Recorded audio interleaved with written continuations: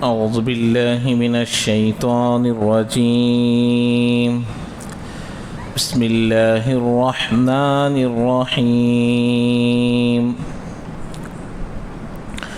مثل الذين ينفقون أموالهم في سبيل الله كمثل حبة أنبتت سبع سنابل في كل سنبلة 100 حبة والله يضاعف لمن يشاء والله واسع عليم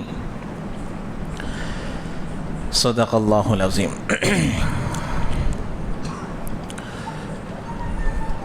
تو اس سے پہلے والے درس میں اللہ تبارک و تعالیٰ کے وجود کے سلسلے میں اور اسی طریقے سے آخرت کے بعد پھر سے دوبارہ اللہ کے پاس حشر اور نشر ہے، اس پر اللہ تبارک و تعالیٰ 3 واقعات کو بیان کیا تھا، حضرت ابراہیم کے 2 اور حضرت عزیر علیہ السلام کا 1 واقعہ۔ اب جب یہ معلوم ہو گیا کہ اللہ تبارک و تعالیٰ کے جانب سے یہ 2 چیزیں ہیں، اللہ کا وجود بھی ہے اور اللہ حساب کتاب لینے والے بھی ہیں اور اللہ ہر چیز کا حساب پوچھنے والے ہیں، تو انسان کی عبادتوں کی 2 قسم ہیں، ایک ہے جانی اور دوسرا ہے مالی۔ یہ دونوں عبادتیں اگر کما حقہ مسلمان ادا کر دیں گے تو مسلمانوں کی شان دنیا میں ممتاز ہو جائے گی۔ آج مسلمانوں کی شان کم ہونے کی وجہ ان 2 عبادتوں میں کمی بیشی کرنے کی وجہ سے ہیں، مالی عبادتوں میں بھی کمی ہو رہی ہے اور جانی عبادتوں میں بھی کمی ہو رہی ہے۔ یہ 2 قسموں کی عبادتیں صحیح ہونی ضروری ہیں۔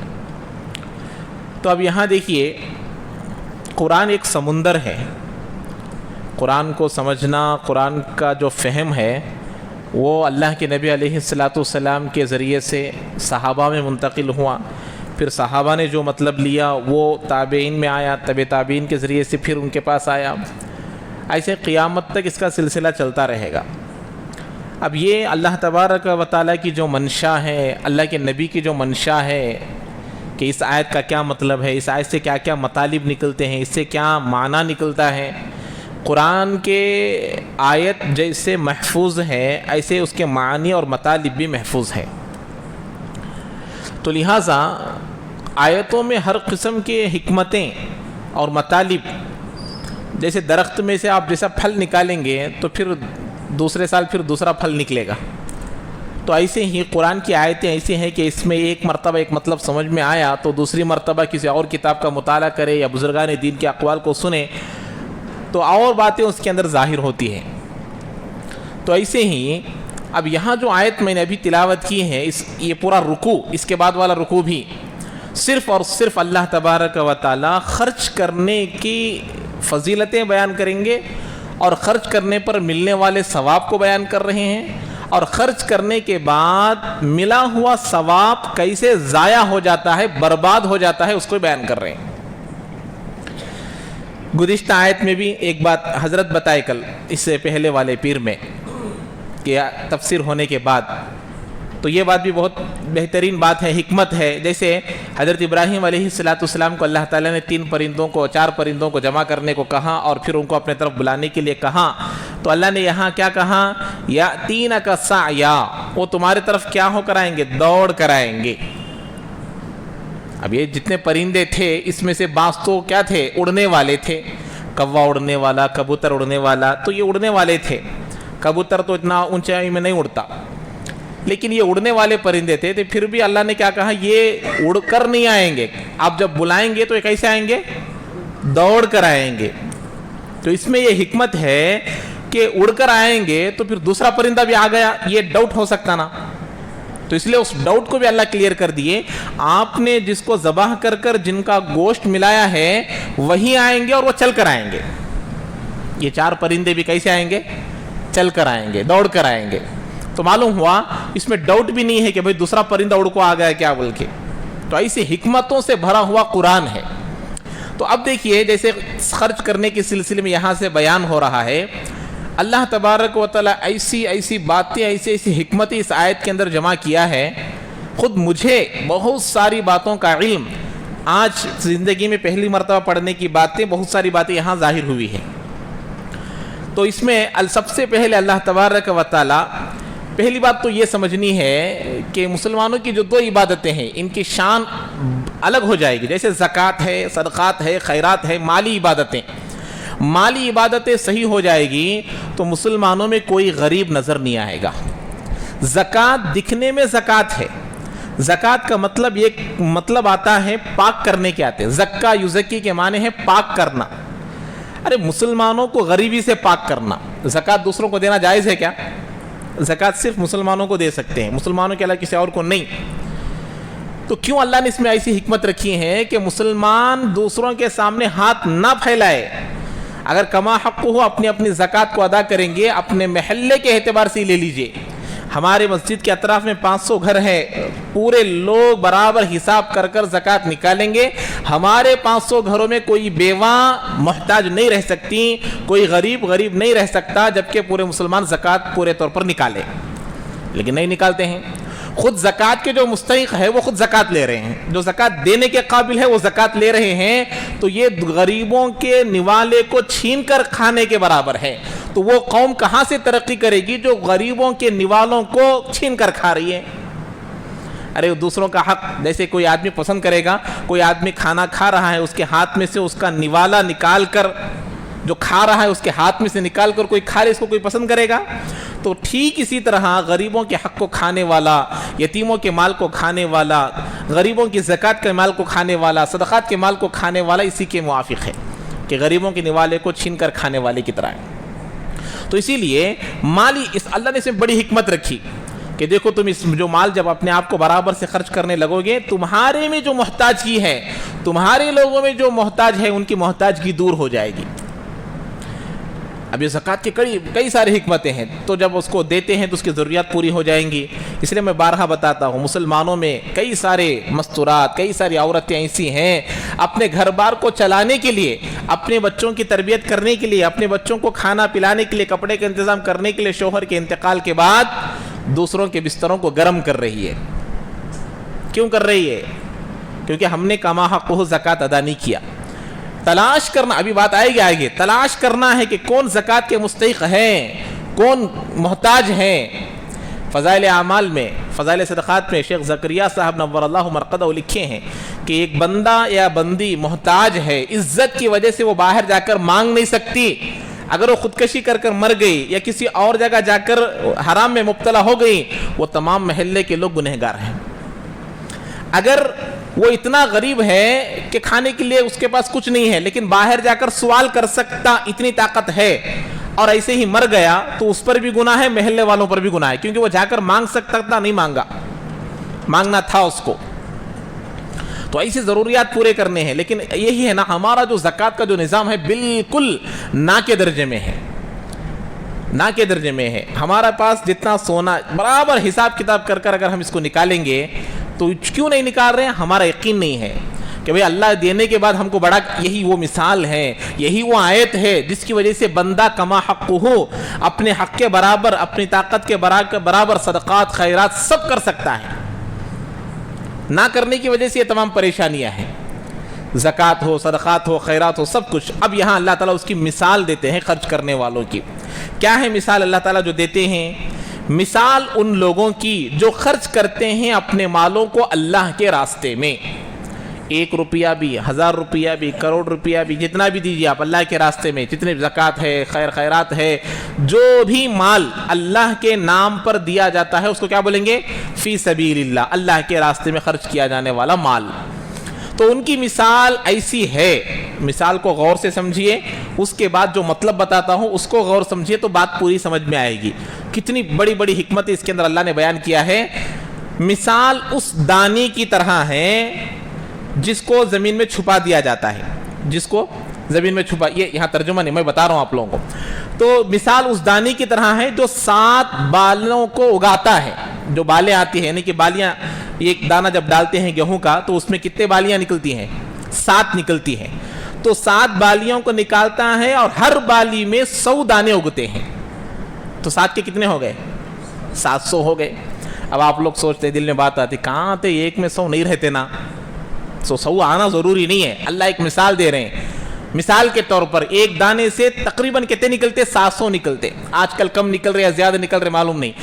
گناہوں کی نحوست کی وجہ سے بھی اللہ کے چیزوں میں کمی ہو جاتی ہے. نیتوں کی خرابی کی وجہ سے تاثیر ختم ہو جاتی. جیسے آدم علیہ السلام جب دنیا میں آئے خراب ہونے کا نام و نشان نہیں. اس وقت کوئی فریج وغیرہ نہیں تھی, نہ پھلوں میں کیڑے پڑتے تھے, نہ کھانا خراب ہوتا تھا, کوئی چیز نہیں خراب ہوتی تھی. بعد میں جیسا جیسا دنیا میں گناہ بڑھتے گئے, نافرمانی بڑھتے گئے, آج گرمی کے زمانے میں صبح کا سالن یا دوپہر کا سالن رات میں خراب ہو جا رہا. گناہوں کی نحوست کی وجہ سے, دلوں میں نیتیں خراب ہو جانے کی وجہ سے, یقین میں کمی آ جانے کی وجہ سے. ایک مرتبہ ایک بادشاہ شکار کرتے ہوئے دور چلا گیا. تو ایک بہت پیاس لگی اسے, پانی پینے کے لیے پانی نہیں ملا. تو ایک ساتھ کسی جنگل میں گیا تو وہاں ایک بہت اچھا انگور کا باغ دیکھا. انگور یا انار کا باغ, کوئی باغ میں گیا تو بہتر یہ بڑے بڑے پھل تھے اس کے اندر. اب وہ گیا, اس نے نہیں بتایا کہ میں بادشاہ ہوں. اب وہ گیا, جا کر پوچھا کہ بھائی کچھ پینے کے لیے ہو تو دو. تو وہ اچھا اللہ والا تھا, ایک پھل نکالا اور اس کو نچوڑ کر دیا تو پورا جو گلاس تھا وہ پورا فل ہو گیا. وہ پی لیا اور اس کی نیت میں خرابی آ گئی. ارے میرے بادشاہت میں اتنا اچھا باغیچہ ہے اور میرے قبضے میں نہیں ہے, تو میں جیسے ہی اپنے پاس واپس جاؤں گا اپنے سپاہیوں کو بھیج کر اس کو کیا کر لوں گا, اپنے قبضے میں لے لوں گا. نیت خراب ہو گئی. اب اس نے کہا اور ایک گلاس پلاؤ. اسی قسم کا ایک پھل نکال کر اس کو نچوڑ کر پھر دیا. اس وقت اس میں آدھا گلاس آیا. پہلی مرتبہ کتنا آیا تھا؟ فل, پورا بھر کر آیا تھا, اب آدھی آ گیا. تو اس وقت اس نے کہا کہ پہلی مرتبہ میں آپ نے جب نچوڑ کر دیا تو پورا آیا, کیا وجہ؟ اب برابر اسی کے موافق تھا پھل لیکن آدھا آ گیا, کیوں؟ تو کہا پہلی مرتبہ جب میں چھل کر دیا اس وقت شاید اس ملک کے بادشاہ کی نیت میں کوئی خرابی نہیں تھی, اب شاید بادشاہ کی نیت میں خرابی آ گئی ہے کسی وجہ سے. اور یہ سامنے کون کھڑا ہے؟ بادشاہ کھڑا ہوا ہے. اسی کی نیت میں خرابی آ گئی. جب پہلی مرتبہ پی رہا تھا تو نیت میں خرابی نہیں تھی, جب دوسری مرتبہ پیا تو نیت میں کیا آ گئی؟ خرابی آ گئی. اب اس نے دل ہی دل میں توبہ کرا کہ اے اللہ مجھے معاف کر دے, میں اس کے باغیچہ میں اس سے نہیں چھینوں گا, اسی کے حوالے کر دوں گا. جب جانے لگا تو پھر اس کا جو باغ والا تھا وہ اور ایک گلاس اس کو ایک پھل نکال کر چھوڑ کر دیا تو پھر فل آ گیا. تو کہا شاید بادشاہ کی نیت ٹھیک ہو گئی ہے. بادشاہ کی نیت کیا ہو گئی ہے؟ ٹھیک ہو گئی. تو ایسے ہی دنیا میں نیتیں اعمال بگڑنے کی وجہ سے تاثرات بگڑ جاتے ہیں, کمی ہوتی ہے. آج تعداد میں کمی نہیں ہے, برکت میں کمی ہے. جیسے میں بتایا نا آپ لوگ, اس سے پہلے ایکڑ کو جو دھان کے جو تھیلے آیا کرتے تھے وہ 17, 18, 20, 22 یہ تعداد میں ہوتے تھے. آج 40, 50 کے قریب آ رہے ہیں, لیکن وہ طاقت, وہ قوت ہے, وہ برکت ہے نہیں ہے. اسی لیے کل ہی بات ہو رہی تھی, ہمارے مزاج میں آج کیا پیدا ہو گیا ہے کہ بھئی 2 بچوں سے زیادہ کر لیں گے تو ہم پال نہیں سکتے. اس نیت کی وجہ سے اللہ نے واقعی دنیا کے حالات ایسے بنا دیا کہ 2 سے زیادہ بچوں کو آدمی پال نہیں سکتا, کیونکہ نیت ایسی ہو گئی ہے. پچھلے زمانے میں خود, اب جیسے میں گھڑی کی مثال دیتا ہوں اس کے لیے, گھڑی کیسی ہے بولو, اس میں 12 نمبر ہے. یہ 12 کے 12 کیسے ہیں بولو, بیٹھ کر کھانے والے 3 لوگ کمانے والے ہیں. یہ 3 کانٹے کیا کر رہے ہیں؟ کام کر رہے ہیں, اور 12 لوگ کیا کر رہے ہیں؟ بیٹھ کر کھا رہے ہیں. پچھلے زمانے میں ماں باپ بوڑھے ہو جاتے تھے لیکن اپنے 8, 10, 12 بچوں کو آرام سے کھلاتے تھے. آج 12 بچے بھی بوڑھے ماں باپ کو پالنے کے لیے قادر نہیں ہے. یہ حال ہو گیا ہے. کیوں؟ نیت ایسی ہو گئی ہے کہ نہیں, زیادہ نہیں ہو سکتا, زیادہ ہم نہیں کر سکتے, زیادہ ہم پال نہیں سکتے. اللہ خود کہہ رہے ہیں اللہ کھلانے والے, اللہ پلانے والے ہیں. جو اللہ پر یقین رکھ کر آگے بڑھتے ہیں اللہ اس میں برکتیں ضرور دیتا ہے. تو بہرحال یہ چیزوں میں اللہ برکت کو نکالنے کی وجہ اعمال کی خرابی, نیتوں کی خرابی کی وجہ سے. تو اللہ نے مثال دیا, اس دانی کی طرح ہے جو 7 بالیں اگاتا ہے اور پھر اس میں ہر بال میں کتنے ہوتے ہیں؟ 100 دانے ہوتے ہیں. اور آگے اللہ نے فرمایا واللہ یضاعف لمن یشاء, اور اللہ جس کے لیے چاہے اور زیادہ کرتے ہیں. 700 سمجھ میں آنے کے لیے, اور اللہ اس کی اخلاص کی وجہ سے, اس کے نیت کی وجہ سے اور کیا کریں گے؟ لمن یشاء, جتنا چاہے بڑھائیں گے. جب اللہ کے نبی, یہ بعض کتابوں میں لکھا ہے, جب اللہ کے نبی سے فرمایا گیا 1 کے بدلے میں 10 نیکیاں دوں گا, تو اللہ کے نبی نے کہا کہ اللہ کے نبی یہ میری امت کے لیے کم ہے, عمر کم ہے, یہ 10 بھی کم ہے, چلو 700 دے دوں. اللہ کے نبی بولے نہیں کم ہے, وہ ہزار سال جیتے تھے, میری امت تو 60-70 سال. تو اس وقت اللہ نے کہا کہ اللہ کے نبی میں آپ کی امتیوں کو اتنا دوں گا کہ آپ راضی ہو جائیں گے. وَلَا سَوْفَ يَرْضَى, ان قریب آپ راضی ہو جائیں گے, اتنا میں دوں گا. جاؤ. جب اللہ کے نبی اطمینان ہو گئے کہ چلو اللہ مجھے راضی کرنے کے برابر دیں گے, تو اب اس آیت میں سمجھیے اللہ نے یہاں کیا کہا. ایک کسان کی مثال دیے ہیں. ایک فارمر, ایک کسان کس پر محنت کرتا ہے؟ زمین پر محنت کرتا ہے. ایک بیج لیتا ہے, اس بیج کو زمین میں چھپاتا ہے. زمین اللہ کا راستہ ہے, بیج ہمارے خرچ کرنے کے پیسے ہیں, اور زمین میں چھپانے کی طرح ہمارے مال کو بھی خرچ کر چھپانا ہے. لیکن ہم چھپاتے نہیں, ظاہر کرتے ہیں. ہے کوئی دنیا کا کسان جو صرف زمین کے اوپر اپنے بیجوں کو ڈال دے اور پھر اس کے بعد وہ درختوں کو دیکھے؟ ہو سکتا ہے؟ چھپانا پڑے گا. ایسے ہی ہماری نیکیوں کو اللہ کے راستے میں چھپانا ہے. نیکیوں کو کرو اور بھول جاؤ. نیکی کر دریا میں ڈال. لیکن آج کیا ہے؟ نیکی کرنا ہے, دکھانا ہے. اس لیے ہمارے نیکیاں مقبول نہیں ہو رہی ہے. کسان, میں خود, زمین اللہ کا راستہ, اور جو بیج خرید کر لا رہے ہیں وہ اللہ کے راستے میں خرچ کرنے والا مال. اب اس میں ڈال دیے, جب چھپا دیے تو کام ہو گیا کیا؟ اب اس کے لیے کئی سارے کام ہیں. وقت پر اس کو پانی دینا, اور کوئی اس پر حملہ کرنے کے لیے چوری کرنے آنے والے چوروں سے حفاظت کرنا, جانور کوئی آ کر اس میں کھا جاتا ہے تو اس سے حفاظت کرنا, پرندوں سے حفاظت کرنا, اور زیادہ بارش بھی نہیں ہونا اور زیادہ بارش نہیں ہوئی جیسا بھی نہیں رہنا, سب چیزوں سے حفاظت کرنا. تو چھپانا ہے, ظاہر کرنا نہیں ہے. تو اب یہاں ایک کسان, زمین مخلوق ہے یا خالق ہے؟ بتائیے. ارے بتائیے, زمین مخلوق ہے خالق ہے؟ مخلوق ہے. اللہ کے علاوہ تمام چیزیں مخلوق. تو ایک بندہ ایک بیج مخلوق کو دے کر, مخلوق میں چھپا کر اس سے فائدے کی امید رکھ سکتا ہے, تو اللہ کے نام پر دے کر امید کیوں نہیں رکھ سکتا کہ بڑھتے ہیں؟ زمین میں چھپا کر اللہ مجھے اس سے فائدہ دے گا, زمین مجھے اس سے فائدہ. یہی فرق ہے توحید میں اور شرک میں. لوگ زمین کے فائدہ دینے کی وجہ سے زمین کو ماتا بنا لیے, گائے کو دودھ دینے کی وجہ سے ماتا بنا لیے.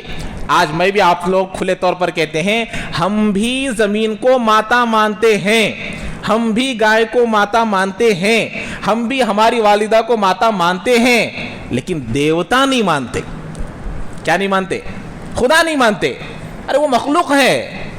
اب دیکھیے جب بیج ڈال دیے تو کیا برابر زمین کے اندر نفس نفیس, اسی کی خاص طاقت ہے اس میں فائدہ پہنچانے کی. اللہ اگر بارش زور کی دے دیا تو وہ کیا ہو جائے گا؟ ختم ہو جائے گا. اگر اس سے پہلے دیکھے ہوں گے آپ لوگ, بسا اوقات کسی فصل میں بیماری آ جاتی. کڑپے وغیرہ کے علاقے میں کچھ سال پہلے پان کی بیماری آ گئی تھی. پان کے جو درخت لگاتے تھے اس میں بڑی بیماری آ گئی تھی. جب بیماری آ گئی, 1 سال دیکھے, 2 سال دیکھے, 3 سال دیکھے, تو اس وقت جب زیادہ ماہرین جو تھے وہ کہنے لگے بھئی کم سے کم 10-12 سال پان نہ پکاؤ. کتنے سال؟ یہ بیماری نہیں جائے گی. 10-12 سال تک چھوڑ ڈالو, دوسرے پیک پکاؤ, دوسرے بیجوں کو ڈالو. اب اس کی جو بیماری ہے وہ پورے طور پر کیا ہو جائے گی؟ ختم ہو جائے گی. اس کے پھر ڈالو. اب یہ زمین کے اندر طاقت ہے, یہ بیماری سے بچانا تھا نا. جب یہ ہماری خدا ہے, جب اگر یہ ہمارے لیے دیوتا ہے, اگر یہ ہمارے ضرورتوں کو پورا کرنے والی ہے, تو پھر اس بیماری سے حفاظت کر اس کی پیک نکالنا تھا نا. نہیں نکال. معلوم ہوا نہیں, یہ مخلوق ہے. یہ زمین کے اندر بھی تاثیر دینے والا کون ہے؟ وہ اللہ ہے. یہ فرق ہے توحید اور شرک میں. اب دیکھو ایک گائے ہے, گائے جب دودھ دے رہی ہے, خاص ماں دودھ پلاتی ہے تو وہ ماتا سے دیوتا بن جاتی ہے. تو گائے بھی دودھ دیتی ہے, ہم اس کا دودھ پیتے ہیں, اس لیے وہ بھی دودھ دینے والی ماں ہے, ماں اور دیوتا ہے. چلو کتنی مرتبہ ماں کا دودھ ہی بچے کے لیے مضر بن جاتا ہے. ڈاکٹر کہتے ہیں ہرگز دودھ نہیں پلانا, پلائیں گے تو بچے کے لیے خطرہ ہے. جیسے یہ ایسے واقعات کب پیش آتے تھے؟ کچھ سال پہلے ایڈز کی بیماری زیادہ ہو گئی تھی. جب ماں کے اندر کوئی ایسی بیماری پیدا ہو جائے جس کا جو متعدی ہو کر بچے کو بھی منتقل ہو سکتی ہے, تو اب ڈاکٹرز کیا کہتے ہیں؟ دودھ کو پلانا نہیں ہے، پلائے گی تو اس کے جان کو خطرہ ہے۔ ایسے ہی کئی سارے گائے میں بسا اوقات کیا ہو جاتا، کوئی چیز نہیں کھانے کی کھا لیتی، کوئی بدبو آنی شروع ہو جاتی ہے اس کے اندر۔ بسا اوقات جب کوئی گائے حاملہ ہو جاتی ہے تو کچھ دنوں کے لیے اس کا دودھ میں ذائقہ ختم ہو جاتا، تو پھر اگر واقعی وہ خالق ہے، وہ خود سے دودھ پیدا کرنے والی ہے، تو یہ برائیاں کیوں پیدا ہو رہی ہے اس کے اندر؟ اس کا دودھ کیوں بسا اوقات مزہ ہے، بسا اوقات ذائقہ دار ہے، بسا اوقات ذائقہ ختم ہو جا رہا ہے؟ نہیں نہیں، یہ اللہ کی ایک کرنی، اللہ کے مشن ہے، یہ اللہ کی طاقت ہے، اللہ کی قوت ہے جو آنکھوں کو نظر نہیں آتی۔ یہی آزمائش کے لیے تو اللہ نے دنیا میں بھیجا ہے کہ میری بنائی ہوئی چیزوں کے فائدے کو دیکھ کر اس کو خالق کون بناتا ہے، اور ان چیزوں کے فائدے کو دیکھ کر اس کے پیدا کرنے والے خالق کو کون پہچانتا ہے۔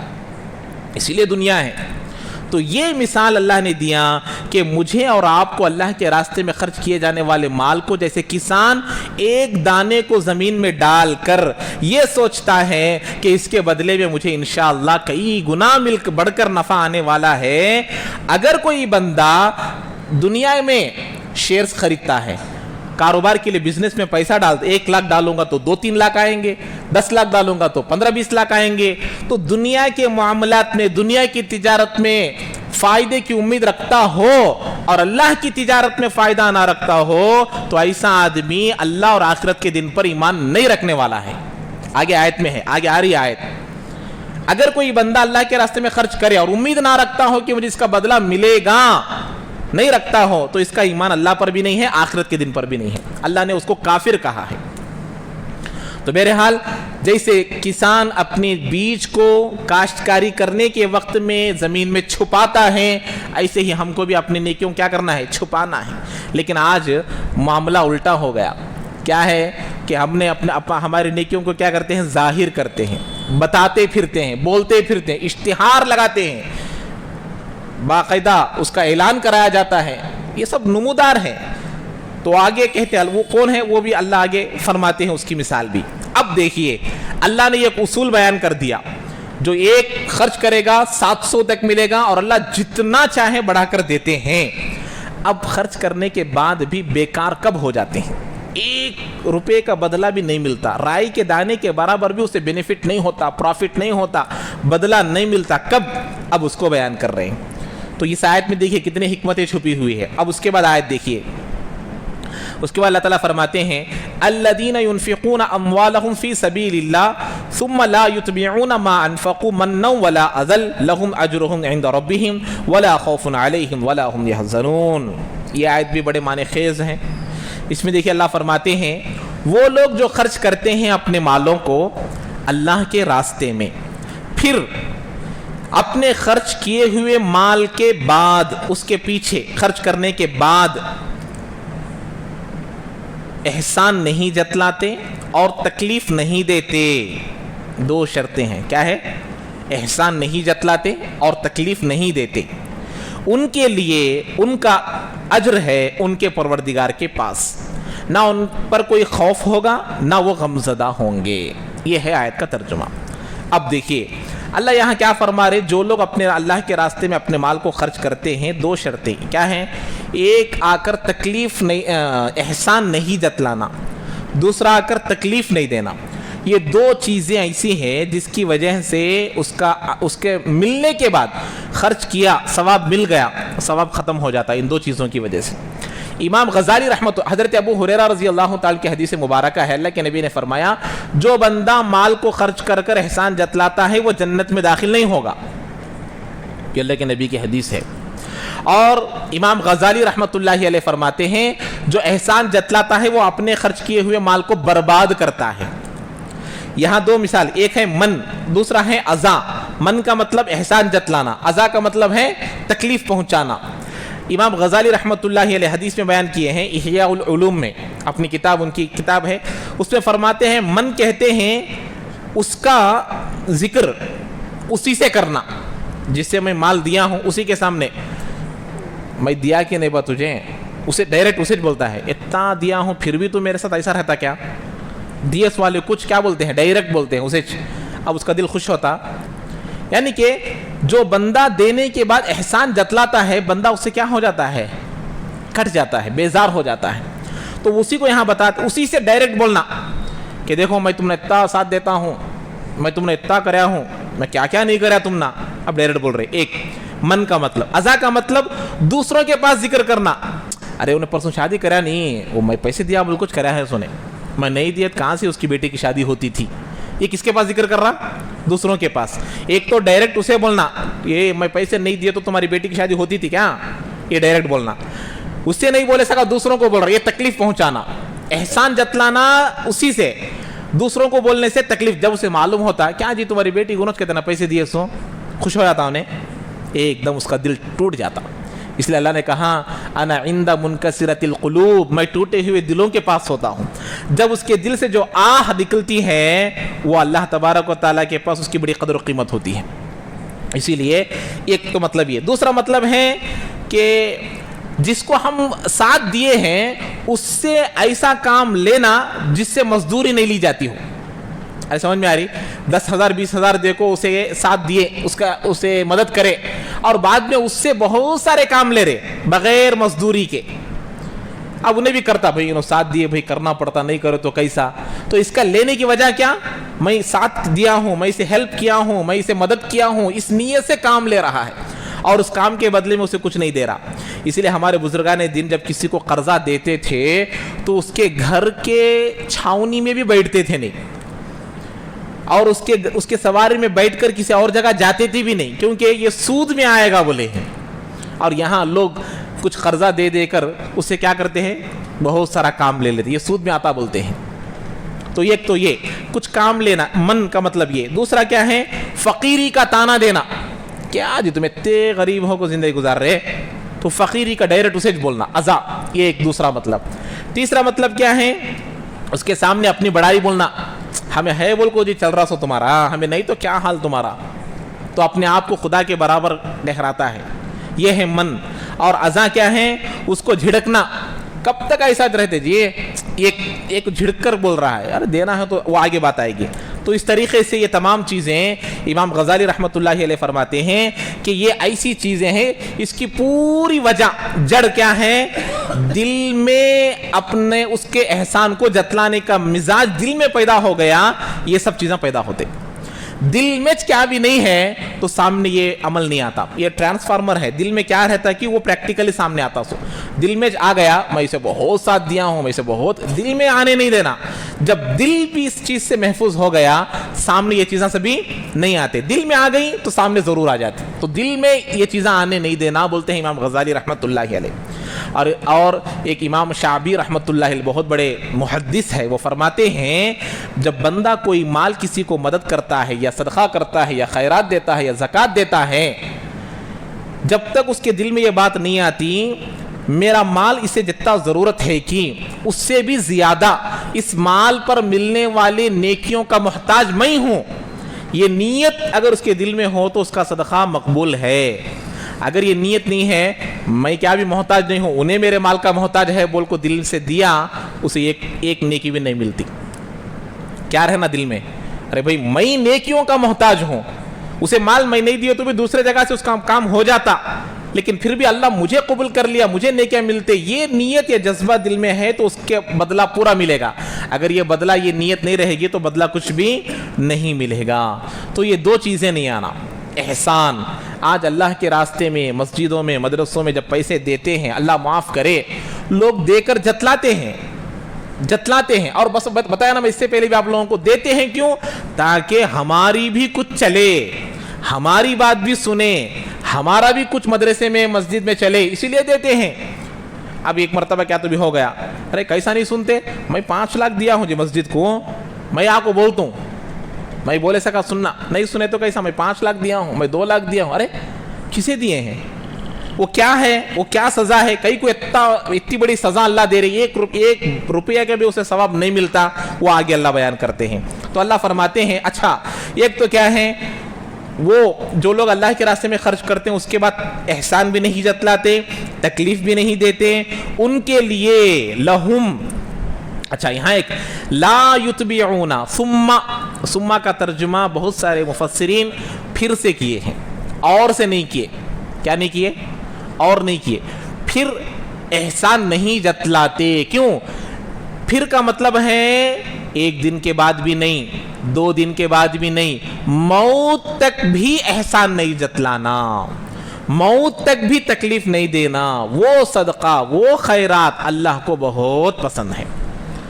موت تک بھی، ارے ایک بار بولے نہیں، ایک بار بھی نہیں، تو وہ اللہ کو بہت پسند ہے۔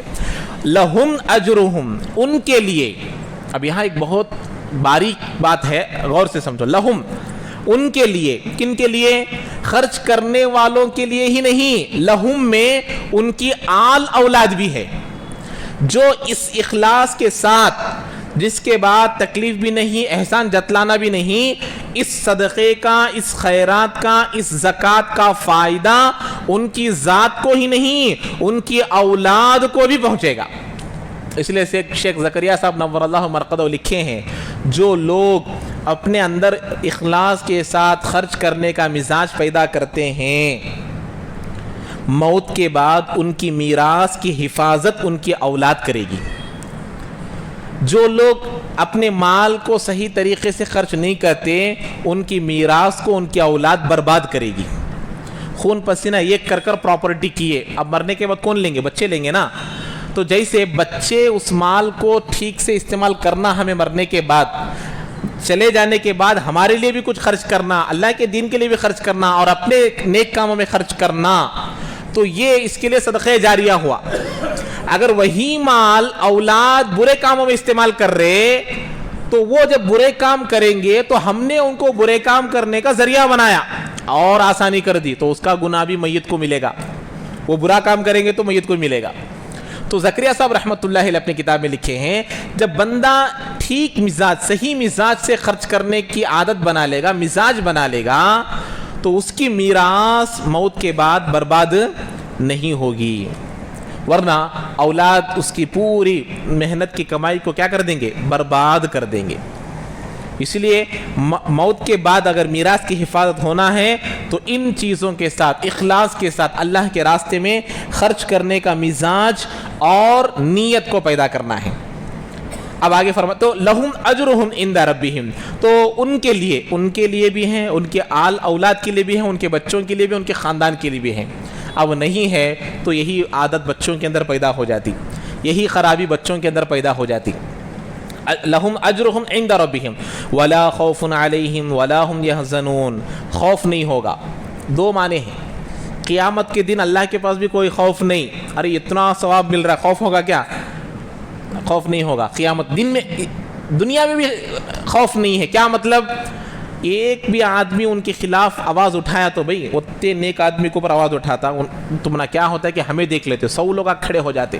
اس کی اخلاص کی برکت سے لوگوں کے دلوں میں اللہ اس کی محبت کو پیدا کریں گے، دنیا میں بھی کوئی مصیبت کا خوف ان کو نہیں رہے گا، اللہ لوگوں کے ذریعے سے ان کی مدد کروائیں گے، دنیا میں بھی کوئی خوف نہیں ہوگا۔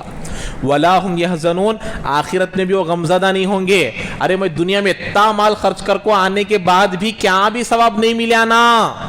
غم، خوف آگے کی چیز کو ہوتا، غم گزری ہوئی چیز پر ہوتا، تو غم نہیں رہے گا، کیا نہیں رہے گا؟ غم نہیں رہے گا۔ تو یہ غم نہ، ولا ہم یحزنون، تو ہمارے ان چیزوں پر اللہ تبارک و تعالی ثواب ضرور دیں گے، اس پر یقین بھی رہے گا، اور آل اولاد کے لیے بھی فائدے کا سبب بنے گا۔ ولا ہم یحزنون، غم کا سبب نہیں بنے، یعنی کہ مرنے کے بعد اولاد کیسے جگہ خرچ کر ڈالینا، ہمارا مال کیسا، ایسا خوف بھی نہیں رہتا، ایسا غم بھی نہیں رہتا۔ کن لوگوں کو؟ جو ان شرطوں کے ساتھ خرچ کرتے۔ اب یہاں سمجھیے ایک چیز، احسان جتلانا اور تکلیف دے رہا، یہ 2 چیزیں ہمارا صدقہ خیرات صحیح ہونے کے شرط ہے۔ جیسے نماز صحیح ہونے کے شرائط ہے، ایسے ہی صدقہ خیرات صحیح ہونے کی یہ شرطیں ہیں۔ سمجھ میں آ رہی بات؟ نماز صحیح ہونے کے لیے زمین کا پاک ہونا، بدن کا پاک ہونا، کپڑے کا پاک ہونا، سطر کا ڈھانکنا، وقت ہونا، قبلے کا رخ کرنا، نیت کرنا، اس میں سے ایک چیز بھی چلے گئی تو نماز شروع ہوتی ہے؟ شروع نہیں ہوتی۔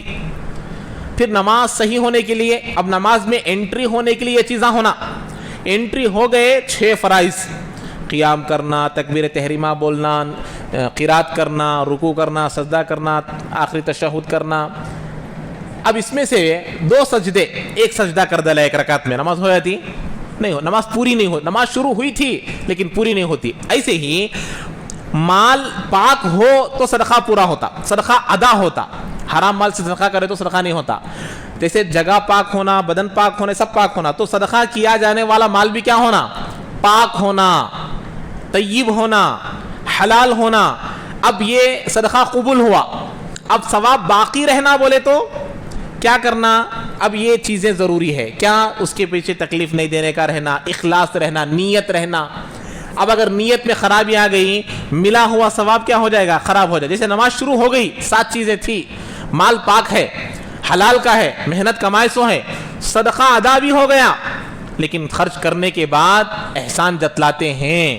جیسے نماز پڑھ رہا تھا، آخری تشہد ہی نہیں پڑھا تو نماز ہو جاتی؟ نہیں ہوتی. سجدہ ہی نہیں کیا، نماز نہیں ہوتی. تو ایسے ہی اپنی نیت میں خرابی آ جانے کی وجہ سے صدقہ بھی پورا نہیں ہوتا، صدقے کا ثواب نہیں ملتا. اب اس کے بعد خرچ کرنا ہے، دینے والوں پر بھی بسا اوقات امتحان، لینے والوں پر بھی بسا اوقات امتحان.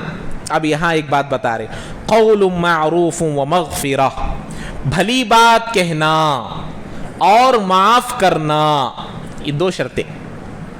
اب مثال کے طور پر خرچ کرنا سب کی ضروری بات نہیں، کوئی خرچ کرتا کوئی نہیں کرتا، بسا اوقات حالات اچھے نہیں رہتے یا کسی اور جگہ دینے کا ارادہ رہتا. اب ایک مدرسے والے آئے پوچھنے کے لیے، یہاں دینے کا ارادہ نہیں، دوسرے جگہ دینے کا ارادہ ہے، پہلے سے ہی نیت کر لیے ہیں. تو اللہ تعالیٰ بولتے جب کوئی مانگنے کے لیے آئے تو دیکھو ان کو بھلی بات بولو، عاجزی، معذرت کر ڈالو، بھائی معاف کرو ابھی میرے پاس نہیں ہے، پھر کبھی دیکھیں گے انشاءاللہ، پھر میں دوں گا انشاءاللہ. لیکن جھڑکنا نہیں، گالی دینا نہیں، غصہ نہیں کرنا. کس کے لیے مانگ رہے بھائی؟ گھر کے لیے مانگ رہے. آج کل بہت یہ ہو گیا کیا بھائی مدرسے والے بہت آ رہے آج کل، کیا ہے کہ کیا نہیں کہ اللہ کچھ معلوم. بھائی سب اللہ کچھ معلوم ہے، سو تمہارا دیرا کا دل چاہے تو دیو، نہیں دینا ہے تو مت دو. کیا انہوں اپنے گھر کے لیے مانگ رہے؟ کس کے لیے مانگ رہے ہیں؟ اللہ اور اللہ کے دین کے لیے مانگ رہے. اگر وہ اس میں کچھ کمی بیشی کر رہے ہیں تو وہ اللہ کے پاس جواب دیں گے، لیکن آپ کا کام کر لیجئے.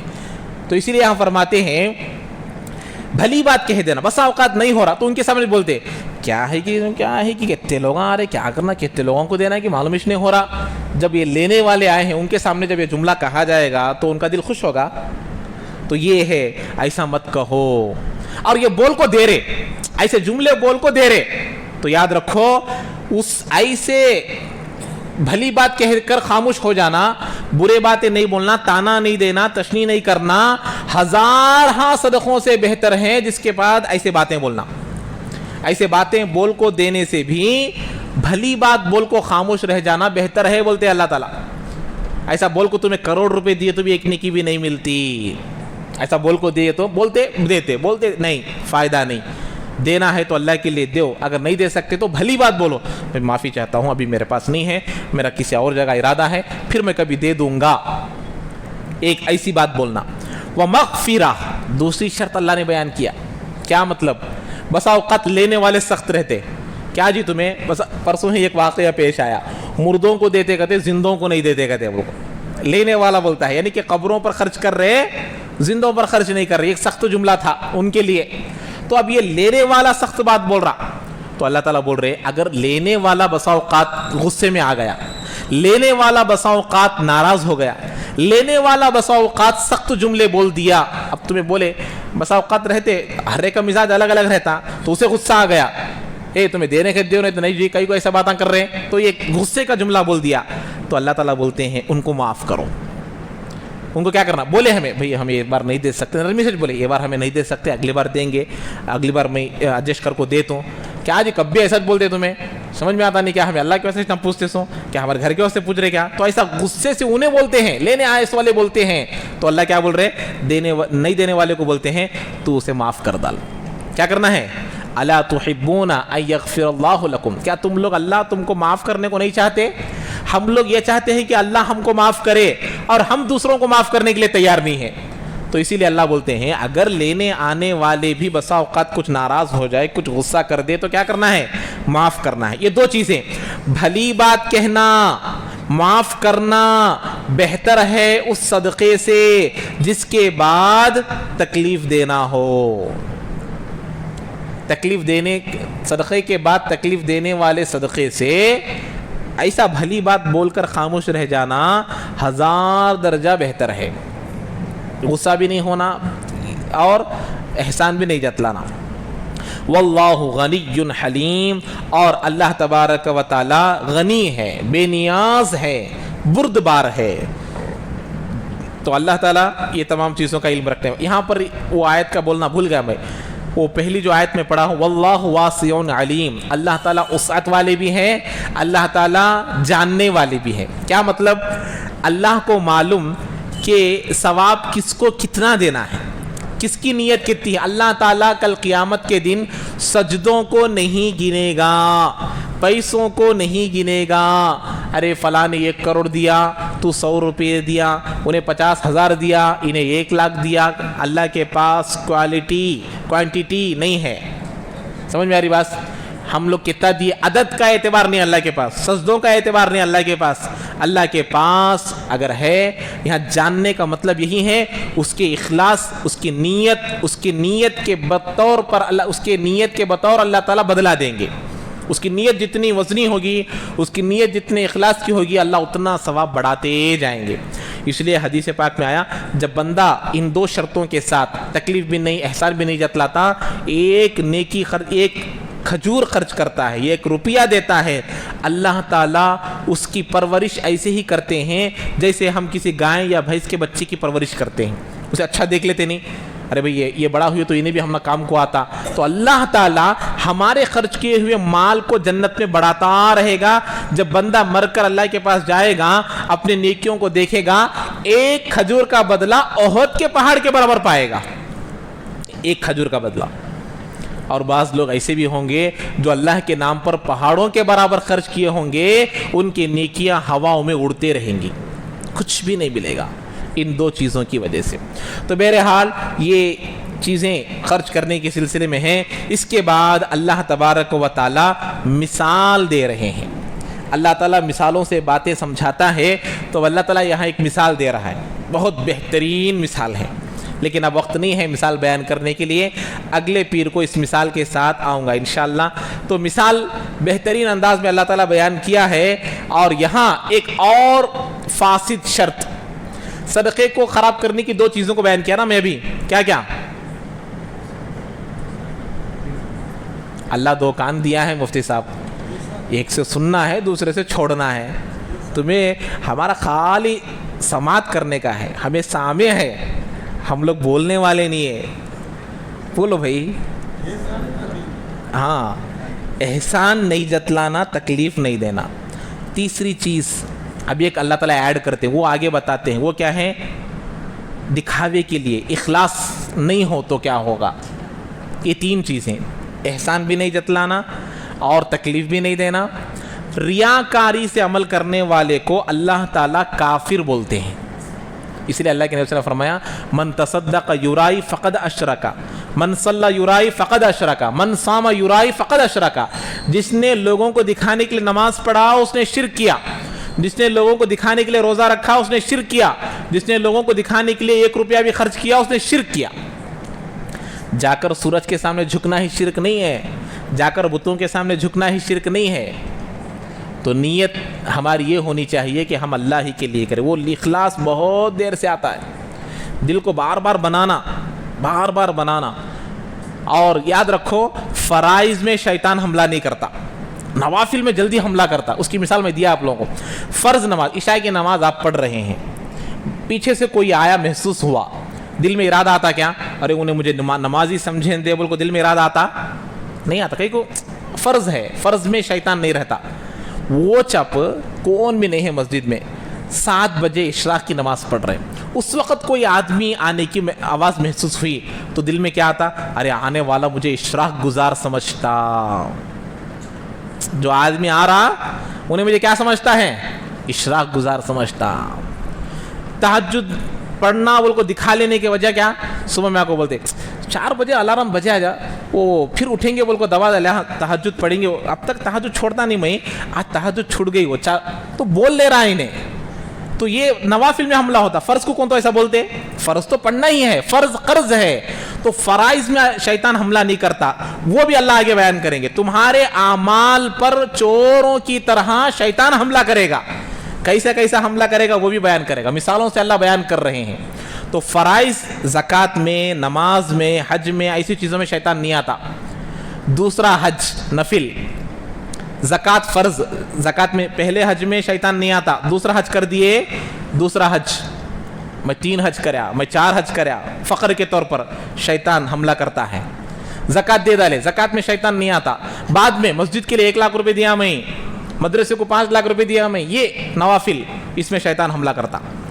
فرائض 5 وقت کی پڑھ رہا، شیطان کیا بھی نہیں کرتا. 1 وقت کی آپ اشراق روزانہ پڑھ رہے، دل میں میں اللہ والا بن گیا.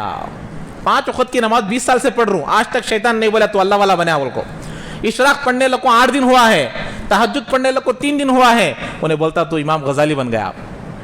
ارے تو اللہ، تیرے سے بڑا کوئی اللہ والا نہیں ہے. تو نوافل میں شیطان قریب رہتا، اسی لیے نوافل کی بھی حفاظت کرنا ہے، کیونکہ نوافل ضروری نہیں ہے. جب بندہ کر رہا ہے تو محض اللہ کے لیے کرنا ہے. تو وہ تمام چیزیں انشاءاللہ اگلے درس میں آئیں گی، اس کو تفصیل کے ساتھ بیان کیا جائے گا. اللہ تعالی ہم تمام کو ان کہی ہوئی باتوں پر پورے طور پر عمل کرنے کی توفیق نصیب فرمائے، اخلاص اور اللہیت نصیب فرمائے. اللہ کے منشاء کے موافق تمام اعمال کو کرنے کی توفیق نصیب فرمائے. اللہ تعالیٰ کہنے سننے سے زیادہ عمل کی توفیق نصیب فرمائے.